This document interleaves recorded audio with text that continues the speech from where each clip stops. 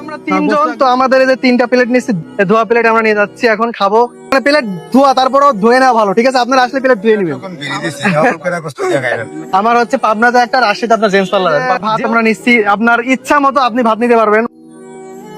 আমার যেহেতু 2টা হাত নাই, উনি ওইটা দেখে সে নিজের হাতে আমার খাওয়াই দিবে।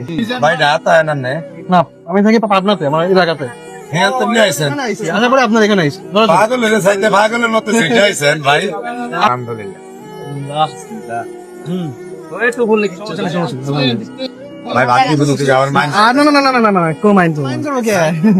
অনেক ভালো লাগছে যে আপনি আমার খাওয়াই দিচ্ছেন। না আমি আবার ভালো আবার খারাপ না ভিডিওতে কোনো লুকোচুরি নাই।